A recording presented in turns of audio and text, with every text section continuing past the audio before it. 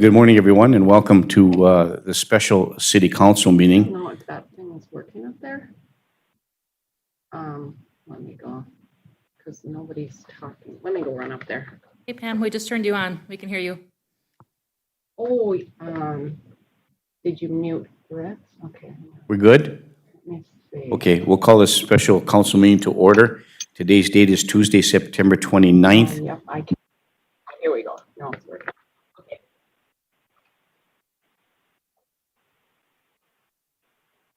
Okay, I'll do this one more time.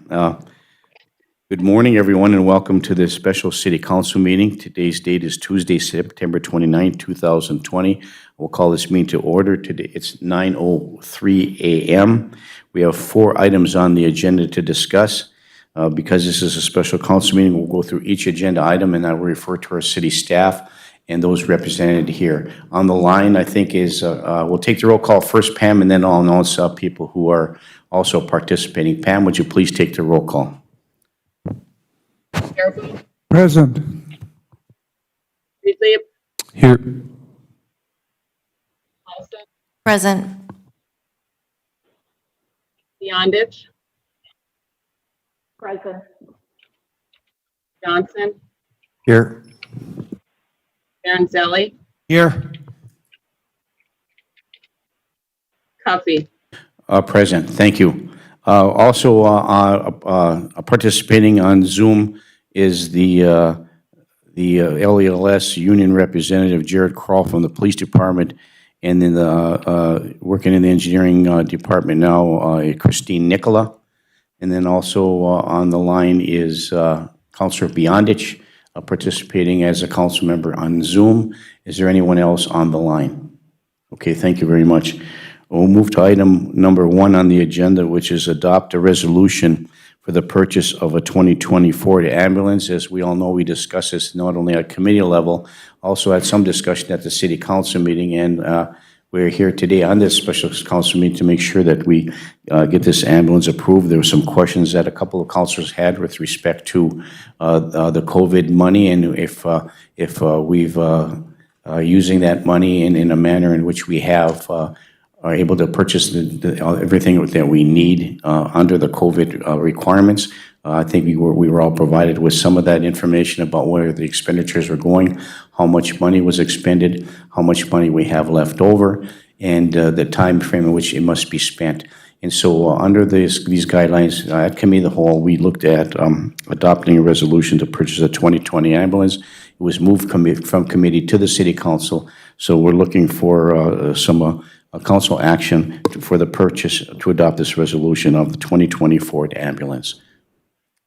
I would move that we go ahead with the purchase of the ambulance. I'll support. Okay, Council Freely moves to purchase the 2020 ambulance, adopt that resolution, supported by Councilor Baraboo. Is there any further discussion? Hearing and seeing none, all those in favor signify by saying aye. Aye. Aye. Aye. Opposed? Motion carries. Thank you. Chief, did you want to say anything at all? Any? Okay, thank you. Does any council have any questions? I know we've already adopted the resolution, but any specifics on that? Councilor Baraboo? I just want to compliment the fire department for ordering the large-sized ambulances again, because those are lasting longer. We're getting better return when we trade them in, so I appreciate that. Okay. Thank you, Jake. Appreciate it. Okay, item 2 on the agenda is adopt the resolution approving Jarek and Associates as our city lobbyist for 1 more year. You have before you a letter, just a 1-page document. At the committee of the whole meeting, was moved and supported to approve it for 1 more year. Looking for some information from Jarek and Associates about the services they're going to be providing. They did provide this letter for signature and potential approval formally at the council meeting today. Brian Lindsay, our city attorney, indicated that the resolution in this letter should suffice as providing these services. So looking for council action and information requested. Councilor Johnson. Mayor, again, part of the challenge I have is that in our resolution last year, we asked for quarterly updates, and when I do a search of my emails, I'm not seeing a quarterly update from Ron Jarek and Associates. And so it is in the resolution this year again, but in the page that I'm guessing is their contract, it does not state quarterly updates. So I will not be approving signing the piece of paper that was put on our desk this morning because it does not have in the contract at least quarterly updates. So as of now, I will not be moving forward with the contract. The resolution is fine, but not the contract they submitted. Thank you. Okay, thank you. I would have a question for you then, Councilor Johnson. In the event that this was added to the contract, would this be a satisfactory amendment to this letter or not? I would not approve it until I saw it in writing in front of me. Right, but you would consider it if that was the case? If it was in writing, yes. Okay, thank you. Any other further discussion? Councilor Paulson? Thank you, Mayor. So I was just actually looking over the VITA packet for October 1st, and in there is a couple documents from the Meyer Group, which is the architectural resources that VITA is actually using to do work for the downtown renovation project. And in those two documents, they have time by job detail, and they actually list the person, what they did, the date, the hour, the duration. And I think, I don't know if that's unreasonable to ask of Jarek and Associates, but I feel like that is what's in the VITA packet, and I guess everybody would have to go and look at that. But I would feel more comfortable with more of a detail on an itemization along with, I mean, the contract, if it states what Councilor Johnson is asking, and then as we move forward, if they could, almost like a billable hour, like an attorney would do, just so we would have that description. I don't know if that would be comfortable for everyone, but I really like the way this is broken down by the Meyer Group, and it kind of allows me to understand how much time they've put into the architectural process for our downtown renovation project. Okay, thank you. Councilor Johnson? And I would agree with that. On 9/21, we did get an update from M. Jarek. That's the email from Mike Jarek. And it does have what they did. And I guess that demonstrates they are capable of it. But again, when you do the search for Jarek and Jarek, it doesn't come quarterly. So if we could get similar things to which was to Britt, excuse me, not enough coffee, and Mayor Cuffey on the 19th, I'd be very happy with that. It's a quick summary of what happened, why things aren't happening, and who they met with, and a couple of appointments they had within a week ahead before that. So I would definitely agree with Councilor Paulson that a little bit, this synopsis, if we got these quarterly, I would be as happy as ever, because then I can answer to the citizens who are paying $3,000 a month, this is what your $3,000 got you this month. So, so they are capable of it. They have done it at least once, and I think we need to hold them to that. Thank you. Okay, thank you very much. Anybody else? Councilor Bearable? So I don't disagree that we need to get reports. Being your liaison to and member of RAMS, we have the Costin group that does the lobbying for RAMS. The money is almost identical for the yearly, and the Costin group gives us a monthly update. They do not give it to you in hours and stuff, but they tell you exactly what they've done with the different legislators, with the different stuff. And they usually come in at each RAMS meeting and do it verbally for us because they can do it through Zoom. They don't have to do it that way. We didn't require that, just a report. So it's not unreasonable to have a report. If we can get that added, I don't have a problem approving it now, but if the rest of you want to just see if they'll add that before the next council meeting, I don't have an issue with it. Okay, thank you. I think this is a special council meeting, so there seems to be some concerns with respect to the way the letter is written from Ron Jarek and Associates, asking for some additional information with respect to the quarterly reports. I must say that, I think that we have been getting some reports, but sporadically, as the legislative session moves forward or as they make these discussions, meeting with a variety of legislators. It's sent up to us, and I give it to Britt, and periodically it's distributed to you, not as a quarterly update, but just as a periodic update. So if you're looking for quarterly information, I think they can provide a general synopsis as to meet the requirements and answer the questions that the councilors have with respect to this.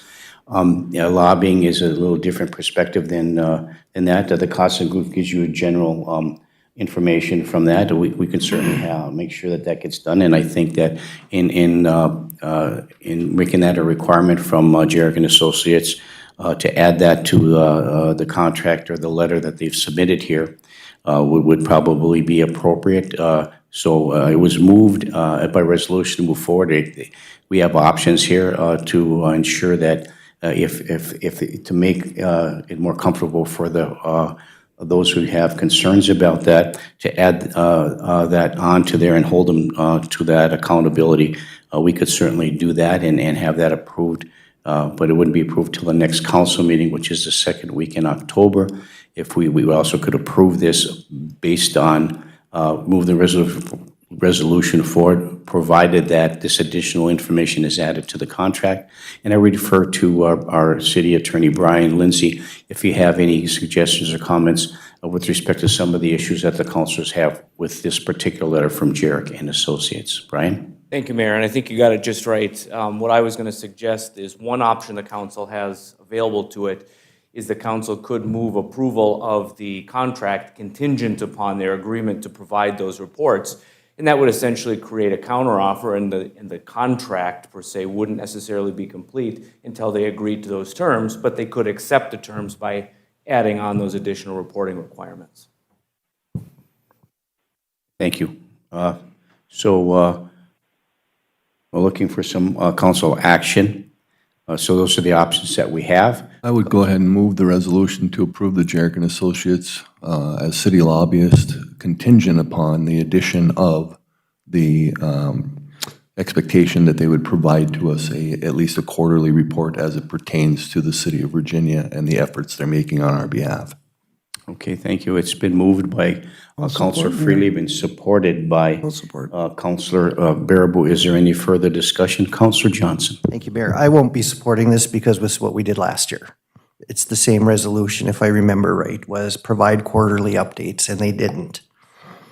And so until I see the contract and there's a way to enforce it, other than saying please, I'm not going to support the resolution. Thank you. Okay, thank you. All right, so it's been moved and supported. Further discussion. Councilor Barnzelli. Thank you, Mayor. I don't remember, was he here in this, he was here this summer before us, wasn't he? Didn't he come here, Mr. Jarrett? Yes. And at that time, we talked about him giving us reports. I think he's done a good job for us, so I'm supporting him. Just keep him working for us. Okay. Okay? Right. Thank you. Yeah, I mean, the concern is to have these quarterly reports and it has to be a mechanism in place. If the council has to be comfortable with, I don't think there's a question about the services that it's being provided because the successes are there and we've been able to make a lot of inroads, but it's the reporting mechanism that is a concern to some of our councilors. So, Councilor Paulson? Thank you, Mayor. I'm comfortable with Jarek and Associates. I think the point that I was trying to make was that my level of expectation for any lobbyist or firm would be to provide quarterly reports to the council. So Sure. I would like the contract to reflect that. And Brian, if we actually go forward with this contingent upon that, does it have to come before the council then again to approve the counteroffer if they sign that counteroffer? No, if we make it, if the action of the council is to approve the terms of the agreement contingent upon them adding an additional reporting requirement for quarterly reports, they can simply, the contract can be formed by them simply saying, yes, we agree to that. And it should be confirmed in some sort of a written memorandum, an email or something like that. And that would provide the written requirement that we could then use to enforce. But technically, if we make this contingent action, they can accept our counteroffer simply by agreeing to our terms. Okay, thank you for that. So I would be comfortable going forward as long as that comes to fruition.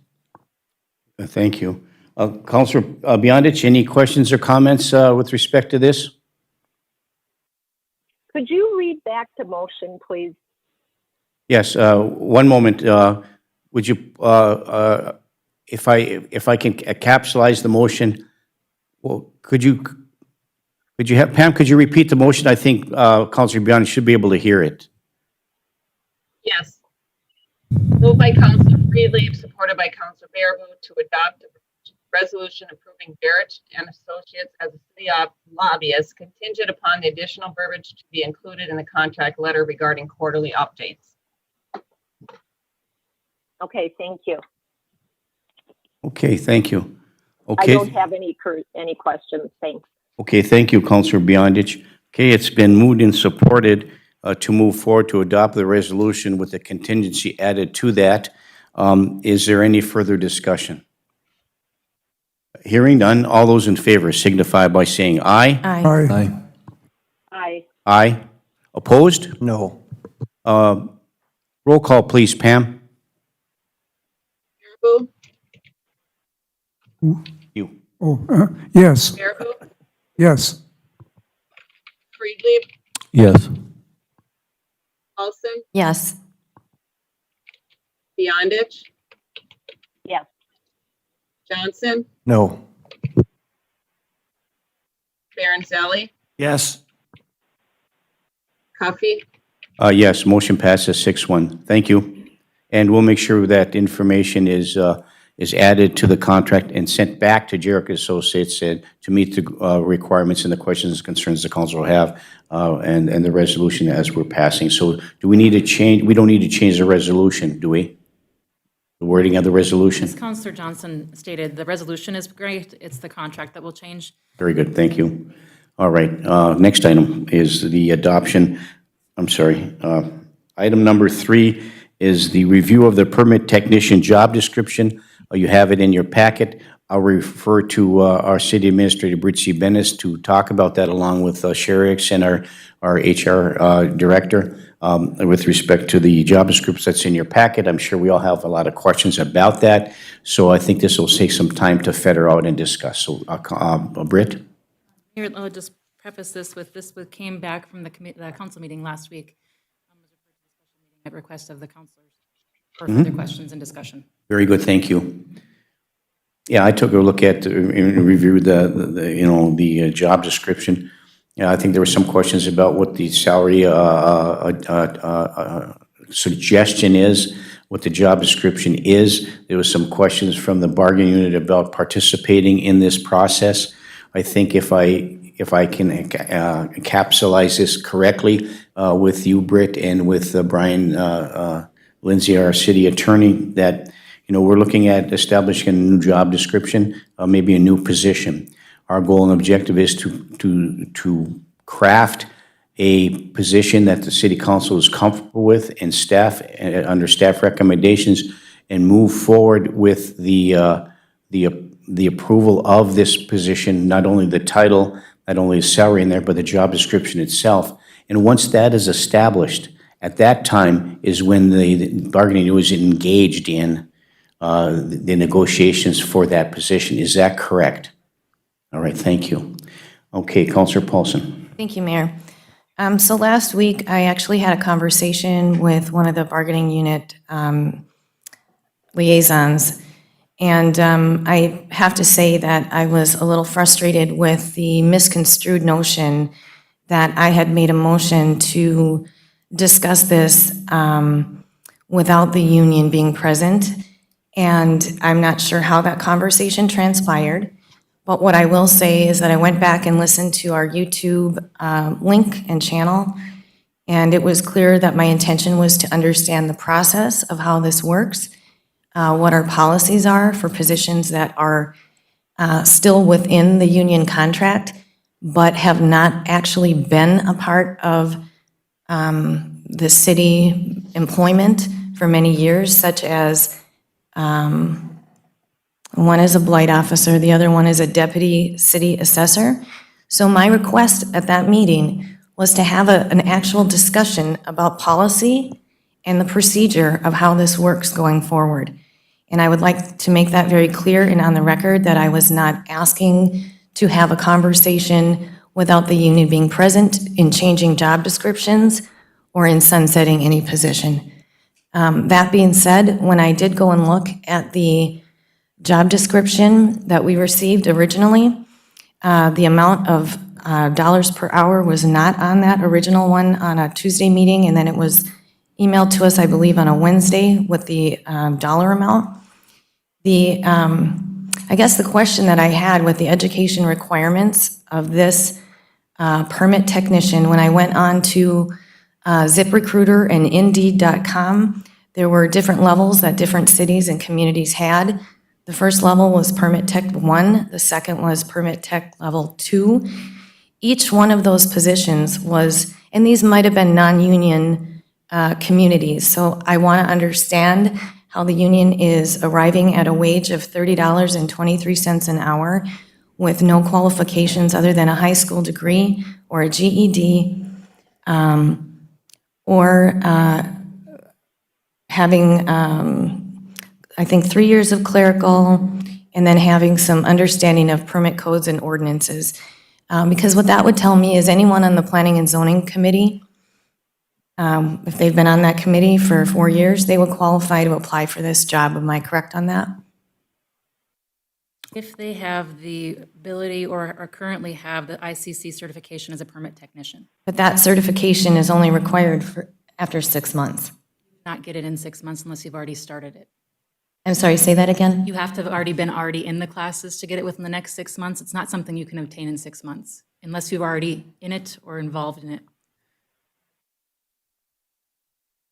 But this would be somebody that's already working towards a permit technician program. That's not what the number one item says under minimum education requirement, education experience or requirements. It says possess or have the ability to obtain within 6 months of hire an International Code Council ICC certification as a permit technician. All licenses and certificates must be maintained as a condition of employment. That's not what it says in the job description. Because the way the state of Minnesota runs the permit technician program, they only offer it once a year. And you have to take the classes the once a year, and you have to do them so many times before you can apply for the test. But it doesn't state that in here. No, because that's a requirement of the state. So to get that permit technician, you have to follow the state guidelines. I understand that, but that's not what's stated in here.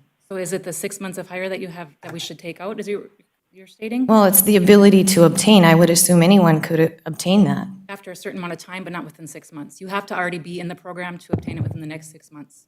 So are we suggesting that then the applicant is already enrolled in these classes? Correct. Okay, that's what I would like it to clarify and You know, say. and I would even suggest, even to go further, to tighten it a little more, that we specifically state you have to possess it. You have to have it already. I would think, and I think the larger, broader discussion is exactly this, that there are requirements, and a lot of times, and I don't know when that changed, if it changed before I got on the council, but typically those requirements require an MOU, like we did with the, was it the dual role? So typically those, in my experience here on the council, they require an MOU. So in going forward in hiring and in the process, I want to know what our policy is and what our procedure is. And if we are requiring this, or if we're not, who's following up on these 6-month criterias, or is it 1 year for some, 2 year for others? What's our policy? And that's why I wanted to have this discussion. Okay, Counselor Paulson, you can hold that thought for a moment. And let's go to Sherry Erickson, our HR Director. Could you help clarify some of the issues that Counselor Paulson has, and some of us too as well? Sure. The engineering technician I'm going to refer back to is in the contract right now, but not being filled. And I see under the minimum qualifications, it says completion of an approved 2-year civil engineering technician. So maybe we can just use the same wordage for this position, because it's... Not exactly. The engineering technician does a lot more with road construction, which is why they need the 2-year degree. So we are going away from that with getting rid of the lead engineer and I'm getting rid of a city engineer, we put, not of a employee city engineer, we put our engineering firm as our engineer of record, and they are now responsible for road construction. With the redesign of the engineering department, not having an engineer anymore, having an engineering tech is like having a nurse without a doctor. It's missing that piece. The engineering tech position is an outdated now position. So we have two different scenarios here. We're looking at a permit technician position with the job description, the way we're referring to, and what Julianne is referring to, Counselor Paulson is referring to, excuse me. And so we also have job descriptions that are in the ASME contract right now. We vacated the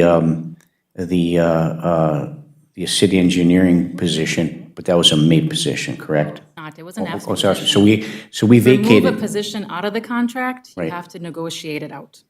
right. We cannot fill the positions, we cannot take them out of the contract without a negotiation. Right, thank you. But we do have the ability, if, say for the example, a contract negotiations fail, that stays in the contract but remains unfilled, correct? So as we're moving forward, the important part of us to consider, and we'll go back to Councilor Paulson in just a moment here, that you have this position that's in the contract that hasn't been hasn't to be negotiated out, hasn't been filled. You have the permit tech position where we are currently now proposing, and this permit tech position will have the qualifications of the one that's currently not being filled with some additional duties and responsibilities. So the question is I think from my perspective as well, is that, we have to negotiate this position out, and if we do so, is it our intent to do that and replace this position with a permit tech position, or is it to modify this position and then continue on with the permit tech position? So right now, I think the question right now is the permit tech position itself, which we're taking a look at right now, and if we were to be able to move forward with this after this discussion, some recommended changes, this other position that's not being filled still has to be addressed by the council. Has to be negotiated out as part of the Right, contract if that's negotiations. we That is the decide, council discretion. right, if that's we decide to do, right? So that's hanging in the balance. Right now, it's the permit tech position, and whatever you do with that position, it could affect the one that's being held unfilled. Not necessarily. Not necessarily? No, they're completely Okay, so they're different. different discussions. Okay, that was a separate discussion. Thank you. Counselor Paulson. Thank you, Mayor. So again, to my point, what is the actual procedure that we follow here, and who does the negotiating? And was our lead engineer position negotiated first, or did we sunset and then there was a negotiation? What is the process here? Rich, Sherry? Sherry? Answer Paulson's question, please. I would have to investigate as far as the negotiation part on it, but I know that it came to the council that we would remove the lead engineering because we were changing it. Right, and I understand all of that. I've researched this now. There's a document that was signed on September the 3rd, and it's basically an MOU that the council didn't approve or see for that position with the stated salary amounts. And I'm just concerned as to how this process works because it's not consistent, and I'm concerned about that consistency. And if we agreed to sunset the position, and that was back on our August 11th meeting, I believe, when I found the minutes, we made the motion, it got approved to sunset that position. Now, there was no negotiation that I could find in our minutes that occurred prior to us doing that. And then the MOU was signed on September 3rd, which the council did not come in our packet or before our packet. And it was signed by the mayor and our city administrator with the union rep and the employee. So I'm concerned as to how this process, now we're being told that we can't discuss about changing a position unless we go into contract negotiations. So that's just the opposite of what just I occurred. think what's happening is what the confusion from the business agent from ASME was that they're thinking we're talking about removing the engineering tech out of the out of the wage scale, which we cannot do because that needs to be negotiated out. What we're talking about today is a permit technician that has not been approved by the council yet, so it's still not in place yet. It's here for your approval today, so we still can make changes, we still can make whatever we need to do to this permit tech position because it's not a part of the contract yet. And I think what I'd like to do is I'd like to understand what the overall plan is for the department before we go putting in a new position at that high of a level of dollar amounts. I'd like to understand how the union derives that dollar amount. I'd like to have that discussion, and I'd also like to understand who negotiates on behalf of the city. Do we know who is our union negotiator? Aye. Okay, and have we normally in the past have had outside negotiators negotiating with unions? Not in the last 4 years, we have not. Okay, and I'd like to revisit that because I feel that it would be in the city's best interest to have someone at arm's length doing negotiating on behalf of the city, because I feel like there are not consistencies happening here, and I would like to see us have a larger discussion on that. And before I would feel comfortable moving forward with this permit tech, I would feel much more comfortable discussing the overhaul of the engineering department and what that might look like. And the flow chart here, I was following. You've got permit tech over off of underneath the building official. I guess I'd like to see us have a discussion, and maybe we should wait until we have a planner in place to really understand what's needed in that department, and that job description might change based upon that need. So I feel like this is a little bit in haste. And then I'd also like to have a broader discussion. Why do we have a blight officer? Why do we have a deputy city assessor on there?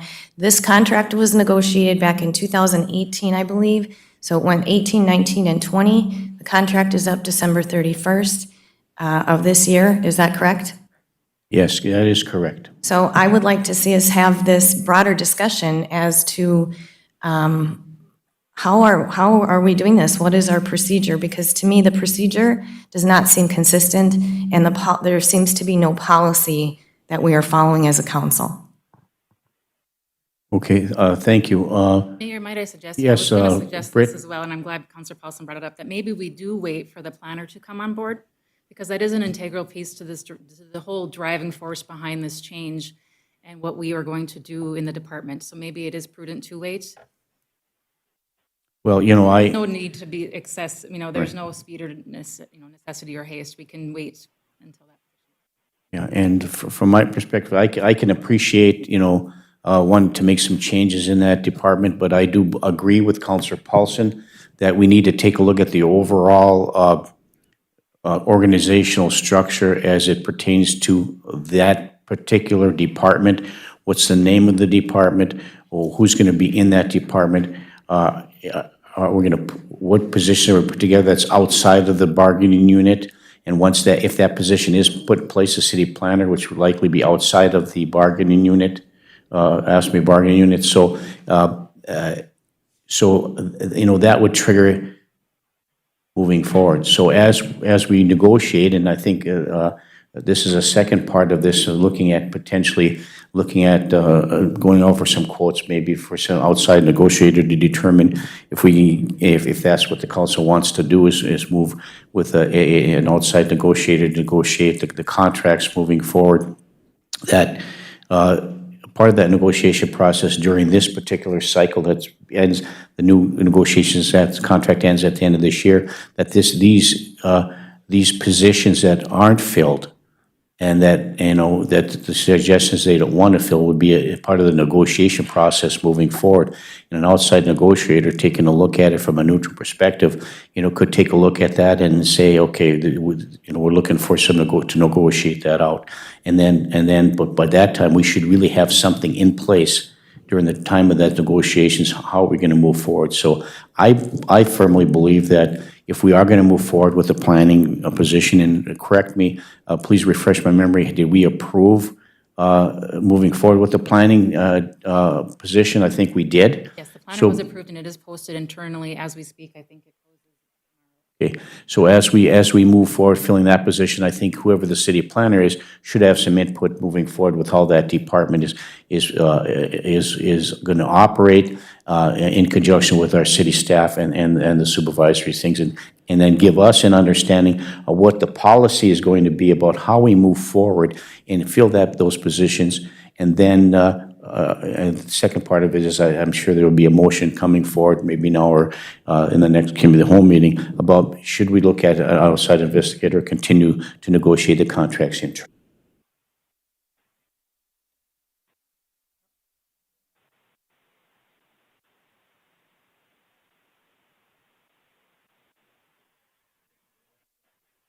To add, I'll have to grab another microphone. Thank you, Councilor Johnson. Okay, we're back on. Mayor, Okay, so Councilor Bearable. yeah, maybe what we need to do is take a little look at history on this, Julian. It's long before your time. I'm the only counselor left that went through the process, and we had a full-time engineer, then we had Bob Mansley was assistant engineer. We eliminated that, and we went to the engineering that Bill Hennis had done after that, and went through these processes. City has the right to put together any job description they want. The union can't dictate job descriptions to us, okay? That's absolutely understood as my being a counselor from what you've done in the past. I don't have a problem with sitting on this for a while until we get the planner on board. But you got to remember, we don't want to give our rights to what we can do also as management. And that is an issue because we're looking, and I've been harping on this, we need to get moving on this ordinance that we haven't put in place yet.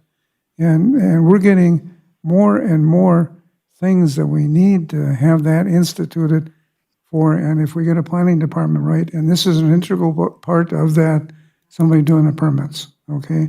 And following up, and you might need more than one person. This is a huge city with lots of light, et cetera. But I don't have a problem if we sit and we work on this and let Britt and Sherry do some more work. But that's my position on this, from looking back at how things were done in the past, just to get things smoothed out until we got to the position we have now, okay? Thank you, Councilor Bearable. Councilor Freely. I just, like, from a practical standpoint, we did vacate a position in that department already, and so there's ongoing work that needs to be done, and you're missing an entire personnel that was handling and balancing that workload. And so I'm assuming maybe the season is slowing down somewhat as winter approaches, but my concern would be, and not that we need to rush into anything, but how are we balancing that in that department currently with the vacating of a position that's no longer being filled? That's my concern. What is our timeline in terms of, like, making sure people aren't having their requests addressed and or the workload balance in that department at this time? We have a very professional staff that is working very hard to make sure to try to keep the doors open all the time. But there are times where they'll both out inspecting, and so the doors are closed. So then other staff try to pick up Bruce at the window downstairs, or Chris in the attorney's office, try to catch people in the hallway if they see them wandering to ask, can I help you with something? But there is a workload. But we are hoping, again, like you said, that slowdown winter coming, that there won't be as many permits. And we haven't run into any time-sensitive issues where people are not having things approved in the time necessary for their contractor to The commence staff has work? done a or- great job of making sure that those are being addressed first. Okay, that's important to, Very to the important. public. So that's my concern from a practical standpoint, how that's being balanced in that office currently, while we try and determine how we're gonna reorganize that and who we're gonna hire in the interim. It's not easy, but they're doing a great job trying to keep everything. Okay, good. Thank you. Councilor Beyondich, did you have any questions or comments about during this discussion? No, I think I've gathered quite a bit of information from the discussion, though. Thank you. Okay, thank you, Councilor Beyondich. Councilor Johnson. Thank you, Mayor. So I was just starting the last time we did contract negotiations, and now I feel like I have some feet. But can you, maybe one of you can help explain what the hierarchy of this is with a contract versus a job description, and how do we make sure to Counselor Paulson's point, that some of those things are consistent between job descriptions versus the contract. How does that all fit together? Well, and there's also that complexity of different unions as well. So each union is just a little bit different. So it's not something I don't know that I can explain right now. It's something we can work up or write up. I think that would be very helpful because as, you know, it's election season and there's a possibility of 3 new counselors coming on. And a lot of the time, we learn as it comes up. And so there's 25 years of experience and there's a year and a half of experience. And when we have these discussions, a lot of time, I feel like there's a lot of assumptions being made about who knows what. And Charlie and Carl have amazing history and that's good to know. And then people like me who are brand new ask a lot of questions that they know the answers to, but sometimes I feel like there's not even the groundwork to ask the right questions. And that's what you had provided a very short email about the contract negotiation, what that looks like in a short snapshot. And so maybe as you have time, to Councilor Paulson's point, a little bit about how the contracts work. Like this is the big picture up here that we work under for, and I'm just being specific to Ask Me right now because that's what we're at. And then how those job descriptions fit in and how many of the job descriptions has MOUs and when do those MOUs expire and how, yeah, you know, I know it sounds like a big job, but I feel like if we got that done once, then next in 3 years or when we do MAPE contracts, which are different because it's a different world, but at least we have some basis. And then when the new counselors come on, you know, that resource is available if they're interested in doing the research to find it out because our city is going to be different than Mountain Iron or Duluth. I mean, because again, there's that whole division of based on size, what kind of rules we have to follow. So that would be my request of the staff is as you can. I mean, it's obviously, we're not negotiating yet, but just some outline of how that all fits together for us, I'd appreciate that. Okay, thank you. I think we have 2 issues to address here if the council chooses to do so. The first is to act on this permit technician position, whatever we're going to do. Are we going to move forward with it? Are we going to ask staff to make adjustments to it? Are we going to table it for some future time? Britt? I think table might be a prudent discussion, though it leaves the discussion open for a future meeting when we get to that point. Okay, so if there aren't any further discussion about the job description itself, I would look for some council action with respect to the permit tech position. Councilor Freely. Just, you know, I think we need to think in terms too of shoring up our expectations in terms of like the educational requirements for people that are applying for jobs within the city.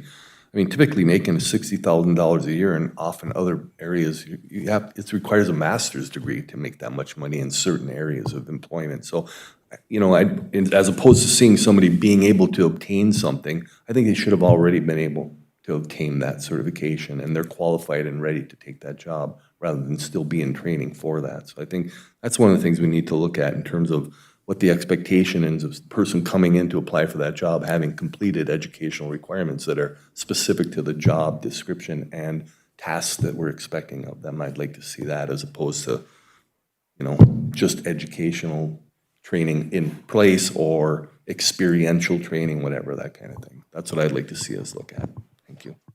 Thank you, Councilor Freely. Councilor Paulson. Thank you, Mayor. Before I move forward with a tabling motion on item number 3, I do want to understand, and I don't know, Councilor Baraboo, I think you were getting to this, but so typically the council will set the job description, but the union sets the wage based upon what the union has researched? Negotiates. Yeah, and Julianne, once we approve a job description and they start negotiating for a salary, absolutely, the union can make suggestions on that job description, but before that, it's our responsibility to put the job description in, not the unions. So when that came forward the first time, it didn't have a dollar amount, and then it came forward the second time with that dollar amount. And I think that's where my confusion was, who dictates that amount and if, I mean, is that a personnel committee thing to go through that, or how is that derived? So I guess I'm glad that we're going to have a longer and broader discussion on this, just so you know, I think in 2018, I was 2 years in, well, a year and a half in, or whatever the month that contract negotiation happened. So I think it would be really prudent to have a template to follow and for us to understand what that process is, because now December 31st, the contract is up. So I do appreciate us having that broader discussion. And then if no one else has anything to add, I'm fine making that tabling motion. Okay, Counselor Paulson makes a motion to table item number 3 for further review and information from staff with recommendations to come forward to the City Council. Is there support? I'll support Mayor for further discussion. No discussion at a tabling motion. Okay, you still want a second? A second by Counselor Baraboo. All those in favor signify by saying aye. Aye. Aye. Aye. Opposed? Motion carries. Thank you. Now, the second part of that, there was some discussion from Counselor Paulson about the negotiation piece, about who negotiates for the city. I know that historically we have had hired a negotiating team, hired an outside entity to negotiate contracts. That was vacated based upon a decision made by the council 4 or 5 years ago, and then directed that responsibility to our city staff, which is our city administrator and our HR finance director. With the conversation with Councilor Paulson, we would maybe look for some direction from the city council, at least to ask staff to research in a timely manner prior to negotiations the feasibility and the possibility of looking at an outside negotiator or a negotiating company or a firm to come back and for us to consider with a contract quote requirement from us for providing contract negotiation services for the city of Virginia. So that's a part of what we're looking at right now, so I'll defer to Mayor, Britt. if I may. Yes, please. It is a professional service, so we could go out for quotes Very good. if the council is interested. Okay, thank you. If the councilor said we would direct staff to go out for quotes for professional services. Councilor Paulson? I'll make a motion to allow city staff to move forward with going out for professional quotes for negotiation services. Okay, thank you. There's a motion made by Councilor Paulson. Councilor Paulson, may I ask you to solidify, we have 2 contracts coming up, MAPE and AFSCME, for both the contract specific, is what we're looking for? And then is LELS coming up and IAF? We already approved those. Those are all done, so it's just the 2 that need to be addressed. So that would be fine. I would amend the motion. Very good. Okay, the motion amended to accomplish the negotiations, quotes for those 2 particular contract negotiations, and the support by Councilor Baraboo is gone. So I'm assuming that he would not have a problem with amending the motion. Councilor Johnson? I guess I'd like to know the history, like, why did we change? And maybe that's something that needs a little bit of research and that can be brought up at the next meeting. But if we were able to negotiate with the fire and police unions and that worked out pretty good, I guess I don't know why we would change something that's working. If it's working, I don't know. And I guess that's my question. I'd need some more background information before, and I know this is just going out for quotes and I'm fine with being diligent, but I'd also like the other part about what has happened in the past. And it's in short of going, who was our previous people? How did that work out? How much staff time did that take versus you all doing it yourself the last round? I'd like that information so I can make an informed decision. To recap, while we're going out for quotes, we'll prepare that information as well. And so we can present that same time with the quotes, if that's okay. That would be perfect. I appreciate that. Thank you. Okay, there's a motion on the floor by Councilor Paulson, Councilor Baraboo, to amend the motion to go out for quotes for professional services to negotiate 2 contracts, the AFSCME contract and the MAPE contract, and with the amendment that these quotes will be for these particular 2 contracts only, because the other contracts don't expire for a while. Councilor Paulson amended her motion to direct for those 2 particular contract negotiations Did you want to amend your second to allow that? Are you looking for a second, Ed? Did we get, I think this is a separate motion, so that would still need to be seconded. oh, okay, thank Because you. the Okay. first one was the table. Okay, thank you. Is that right? Yeah, would you, yeah, and we did vote on that, so please repeat your motion, and then we'll look for a second. So my motion would be to direct city staff to go out for quotes for professional services for contract negotiation for MAPE and AFSME union. Okay, thank you. Is there a second to that motion? I'll second. Second by Counselor Johnson. Pam, did you get that motion? Mayor, thank you.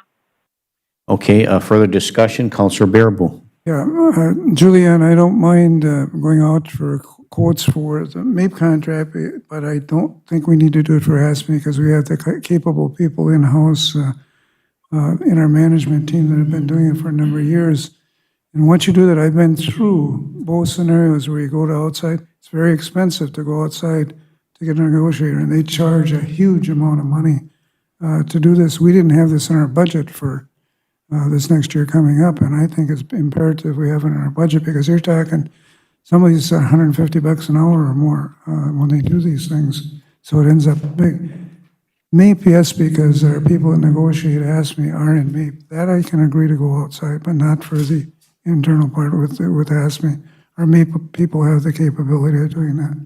That's my thoughts on that, so I wouldn't support both motions, Okay, both so, parts of that. yeah, so this is just a motion to go for quotes. We don't have to accept them. We can separate them out. We can do whatever you want. But the motion is just to go out for the quotes. So, So then I will, to clarify too, I will make sure the quote is written that that's in lump sum for each, AFSME and MAPE, so that there is the division if we need to. We can award one or the other. That's, Then I'm comfortable with that, Brett. thank you. okay, thank you, Counselor Bearable. So it's been moved and supported to direct staff to advertise for quotes for an outside contract negotiator to negotiate contracts for the MAPE and the ASME unions, and to bring back those quotes for the city council for discussion, consideration, and action. Is there any further discussion? Hearing and seeing none, all those in favor signify by saying aye. Aye. Aye. Aye. Opposed? Motion carries. Thank you. Okay. Item 4 is to review the 2021 city medical insurance quotes. You have those in your packet. If you have any questions for our city administrator or HR finance director with respect to that, I would preface this by saying that, we have the quotes in there. Negotiations are moving forward. I think it's prudent from my perspective to take a look at. We have an insurance committee that's designed to take a look at these things and to, to use a term that Councilor Paulson uses, to drill down onto those things and to try to take a look at that. So that being said, open that up for discussion with respect to the medical insurance quotes. Councilor Paulson. Thank you. This discussion always gives me a headache, but so under the contracts under single, we have 63 contracts. In family, we have 91 contracts. What percentage, maybe not percentage would be the best word. How many outside of that are in the PEEP plan? Do we have that? And maybe that's just for the more the committee discussion. My concern is, again, I would assume that 63 and that 91 are pretty high numbers compared to the total amount of employees we have. Yes, that includes retirees That includes the retirees, okay. that still are under the VIBA plan. Okay, and then, Sherry, I didn't see an actual, is there an actual, this is given to us a little bit differently in a different format this go-around. Was there a specific percentage of increase that was stated? Or is it just in those columns, the dollar amounts? Like before, it was like going to be an 8% increase, 2.5 is now. 2.5? And let me clarify something. The first one that you're reading off, the 2.5, that's only strictly ASME and retirees that are from ASME. The other unions went with PEEP, which we still have a smaller number in PEEP than ASME. ASME still has the larger bulk of Right. it. For this one, it was 2.5%. For this one, it was 9.7%. Let me explain. They gave me two reasons why this is 9.7%. One is they had a huge influx of new subscribers. Their pool was bigger, so there's a lot more. That first year, if you guys remember Sean coming and telling us, that first year, we're gonna get probably a little higher increase. He said this is way higher, the 9.7, than what they ever predicted.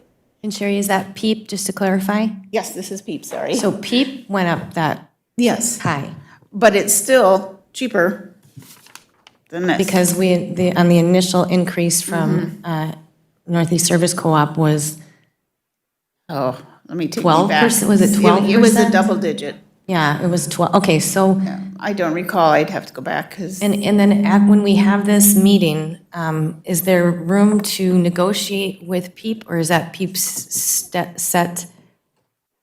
without ruining negotiations here, that was going to be part of our plan, was to encourage most everybody to go to the lower plan on PEEP.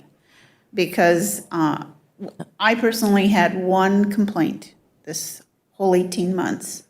And that was because one particular subscriber spent a good chunk of their VIBA money on eyeglasses, which is not considered a hardship.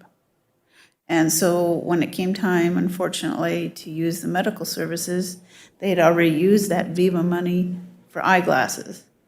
So they were short.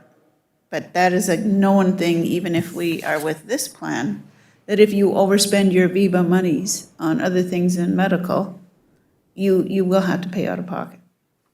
And thank was you the for only that. other- I look forward to having that committee discussion. It's going to be, And I just want to say, Interesting. the second reason that they said this 9.7 is that they have already calculated COVID expenses in. This one, they did not calculate COVID expenses in. You're going to see an increase next year.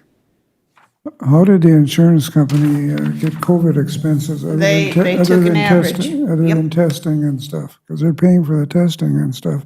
Yeah, they're Where- paying for But it. where, with all the hospitals and clinics being closed down, where do they justify putting in stuff for COVID? Because we have no COVID in hospitals up here, so Two we need to reasons. negotiate, we need to negotiate that, Sherry. Yes, we do. Two reasons. This one didn't come out until last week. This one came out in August. Okay.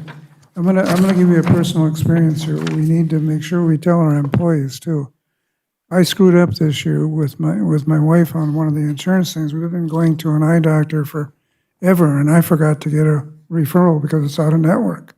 So I had to pay out of my whole pocket the whole amount, 100%. Would have been 80-20 otherwise. But I ended up paying. It wasn't a ton of money because it was for myasthenia gravis for her eye. But the doctor is out of network, so I paid the full boat on that. But then, as another example, I just had this surgical procedure that was $21,000 for this, and I paid $360 out of that whole thing. So, it comes out one end or the other. And I'm being honest, I can show you the paperwork if anybody wants to see it, but I'm very pleased with our PEEP plan. And it was my own fault because I know better. And I probably could have asked to go back and redo it, but I didn't because I figure it's only 300 and some bucks I had to pay, so. Can you help me go back, Sherry, even though I've paid the bill? Okay. I'm gonna come and see you then. But I mean, it took out of my money that's in the plan, because that was eligible to take out. Okay, we'll come this week and talk to you. So I think, Julianne, are you gonna make a motion for the committee?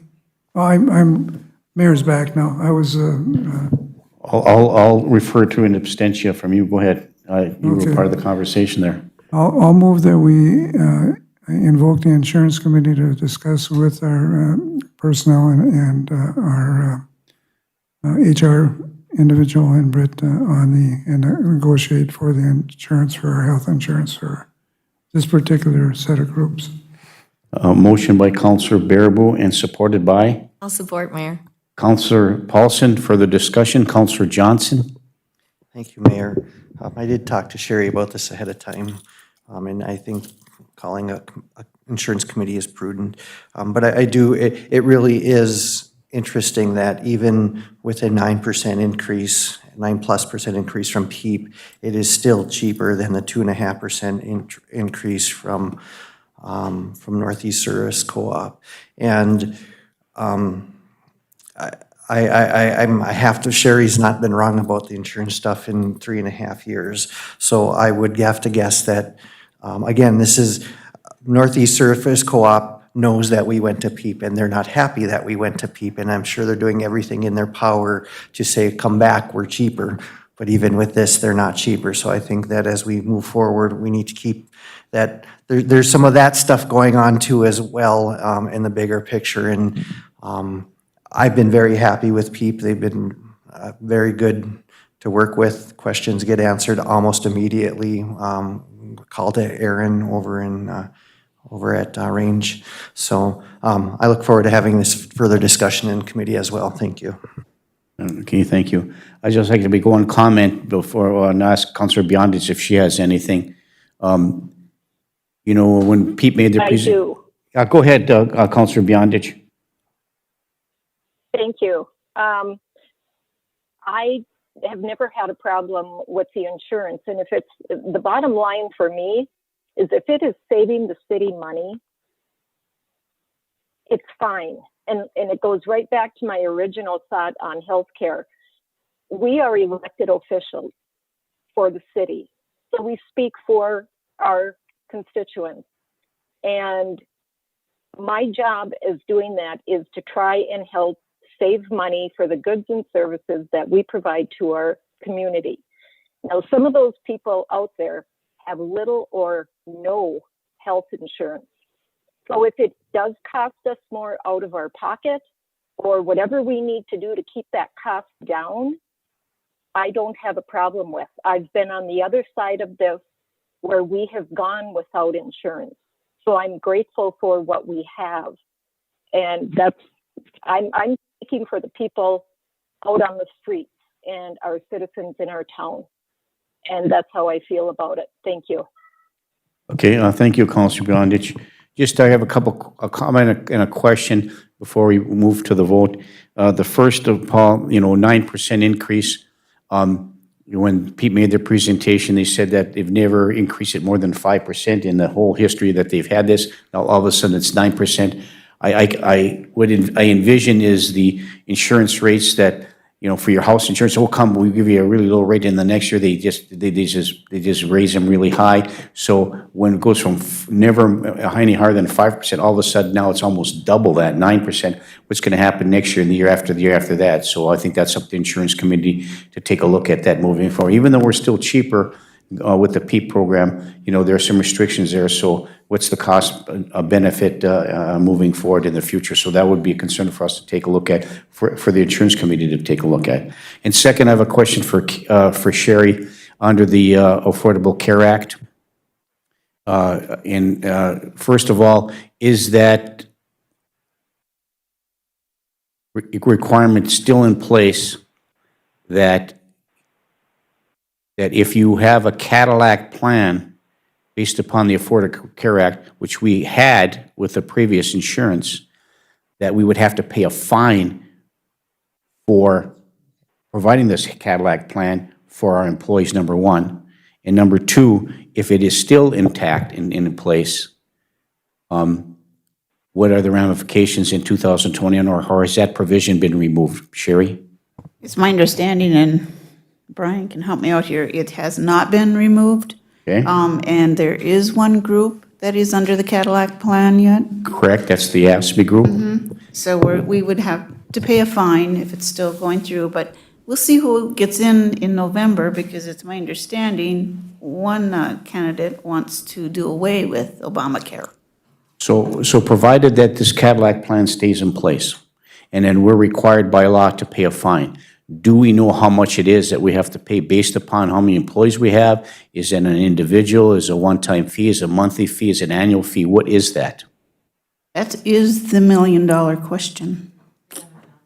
I haven't announced that yet, but there's going to be, now, the reports have been, and we don't have any factual basis for this, that's why I'm asking you, Sherry, is to, what kind of impact is that going to have?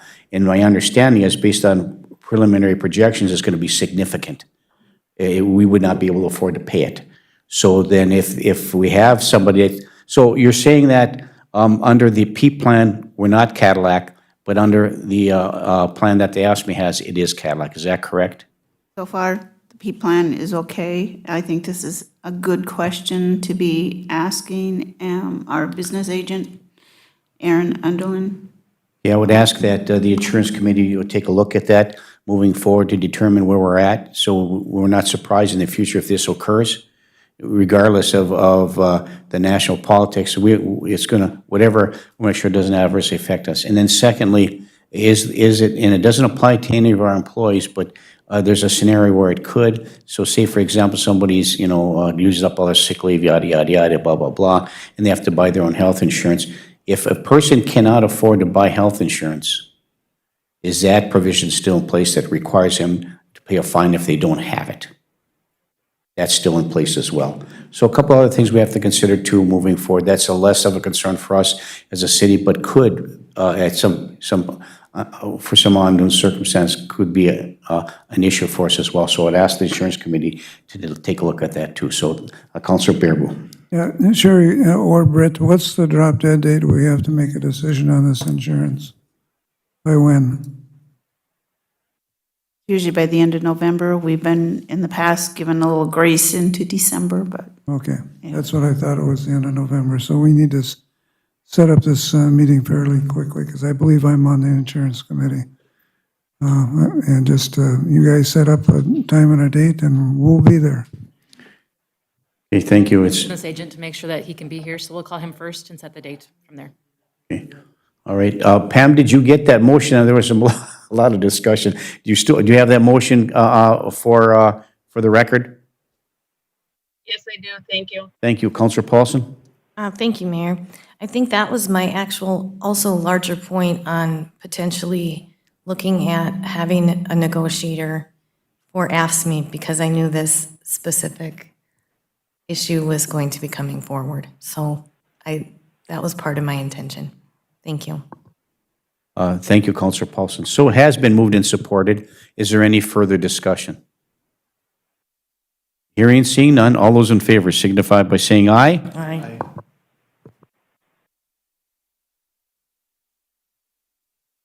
Aye. Aye. Opposed? Motion carries. Thank you. Anything else to come before the special council meeting today? Can I ask a Yes, question? please, Councilor Johnson. As a question of procedure, when should we request that the public utilities come up with a plan of communication? Is that for this meeting, or is that for another meeting?